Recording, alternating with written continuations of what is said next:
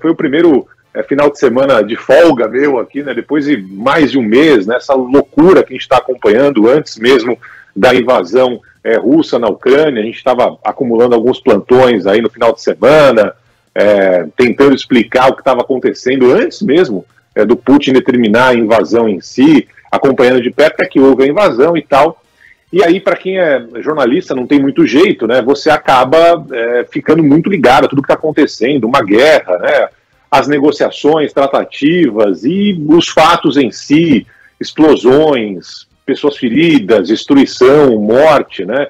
Eu cheguei a contar na semana passada que um dia eu sonhei, aqui, acho que foi na quinta-feira, sei lá, que tinha tanque russo aqui do lado do Rio Hudson, aqui em Nova York. Eu falei, meu Deus, ninguém está vendo que os tanques já chegaram aqui em Manhattan e tal. Enfim, a cabeça dá uma pirada. E é natural, né? Você fica tão ligado àquilo que precisa dar uma parada, precisa dar uma respirada, né? Precisa botar um pouco a cabeça de volta no lugar e tal.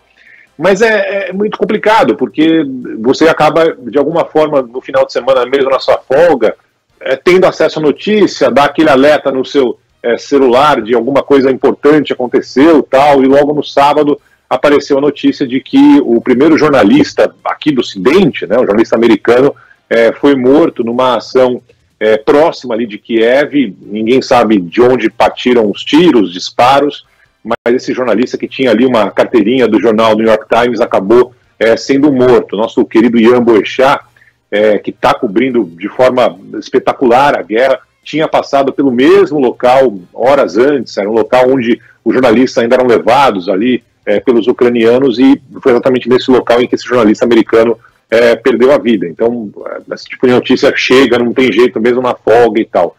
E aí você começa a avaliar, né? Claro que quem está na guerra sabe que uma hora ou outra pode ser ferido. O Ian já conversou algumas vezes com a gente na Band News FM, ele tem experiência de outros conflitos e tal. Ele se mostrou surpreso, porque nesse local específico onde o jornalista morreu, não estava tendo, até aquele instante, nenhum tipo de confronto, nenhum tipo de explosão. Era um lugar considerado relativamente calmo, né?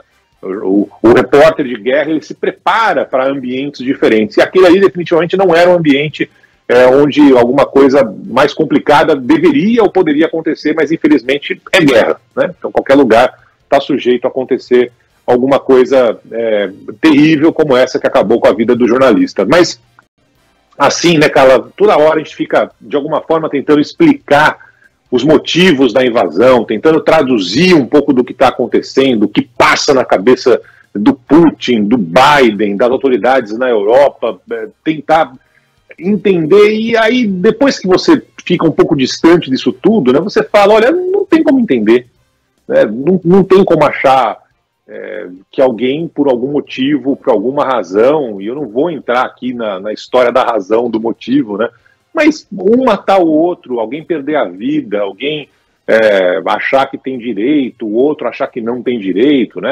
Entregar mais, a menos, ou seja, a diplomacia indo para o espaço, e aí as mortes acontecendo. É a morte de jornalista em si, a morte de um soldado, ou é a morte de hoje, que para mim é a que está ficando até agora como aquela imagem da guerra, Carla, que é um bombardeio que foi realizado numa maternidade na cidade de Mariupol, uma cidade portuária, talvez a cidade que está sendo mais alvo dos bombardeios até agora, tem ali uma logística importante no Mar de Azov e tal. Então a cidade de Mariupol está completamente destruída, as pessoas que ali estão sem água, sem comida, sem energia, está um frio danado, né? Está no inverno já faz semanas, eles não conseguem sair dessa região, é uma área que já tentaram fazer aquele corredor humanitário, mas não deu certo nessa região, e outros até funcionou, mas lá não. E a imagem, para mim, até agora, dessa guerra é uma mulher, ela sendo retirada ferida dessa maternidade em Mariupol, grávida, né? E aí, hoje, a informação de que ela não resistiu e morreu. Então, assim, não tem ideologia, não tem justificativa, não tem estratégia, não tem pensamento que justifique uma morte de uma jovem que estava ali com, imagino eu, né, planos para a sua vida, para a vida do seu filho, da sua filha, eu não sei quem que ia nascer, e que simplesmente tudo isso é ceifado porque uma bomba atingiu uma maternidade na cidade dela, na cidade de Mariupol. E ela morreu. né, morreu. É claro que não dá para você colocar numa hierarquia, né, mas evidentemente que um soldado que vai para um confronto militar com outro soldado, teoricamente está ali propenso a matar e a morrer. Né? Mas uma mulher que sai de casa para ir para a maternidade, para ter um filho, ou seja, para dar vida a um ser humano, né, definitivamente não está no cronograma que apareça ali uma bomba do nada e acabe com a vida dela e a vida daquele ser que ia nascer. Então, essa imagem define o que está acontecendo até agora, né? Ou seja, que por mais que você tente explicar e entender os motivos russos, por mais que você tente explicar e entender os motivos ucranianos, por mais que você tente explicar os motivos da OTAN, dos Estados Unidos, do Reino Unido, da China, da Índia, e sei lá eu que pensamentos, na hora que você vê uma imagem dessa, de uma senhora que vai até um hospital, uma mulher que vai até o hospital, para ter uma maternidade, para ter o filho dele, para tocar o filho dela, para tocar a vida e seguir adiante, não tem ideologia, não tem justificativa, não tem o meu interesse em detrimento do seu, o meu pensamento vale mais do que o seu, não tem nada disso, tem uma vida que foi simplesmente ceifada e outra queria nascer, que também não nasceu. E sei lá que circunstâncias que nasceria, né, com a cidade completamente arrasada, sem água, sem comida, sem energia, enfim.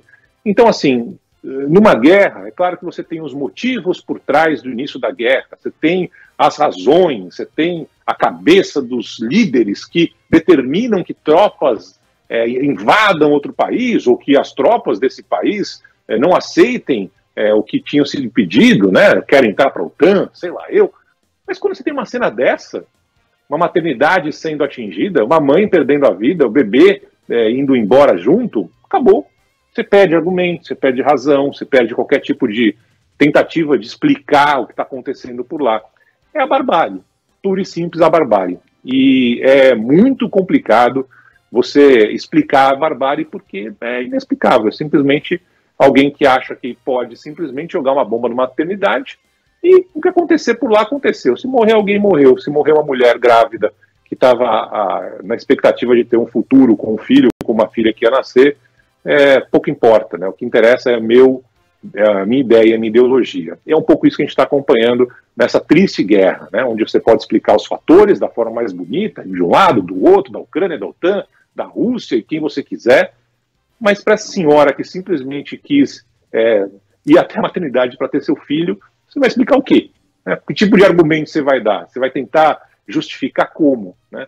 Então é muito complicado você se distanciar nesse momento, enxergar de um pano de fundo onde vidas estão se perdendo, seja de um soldado, seja de um jornalista, seja de uma senhora que foi dar à luz a seu filho, é injustificável, né? É simplesmente a barbárie e tudo que a gente não acreditava mais que veria em 2022 e está acontecendo nesse momento na Ucrânia, Carlinhos.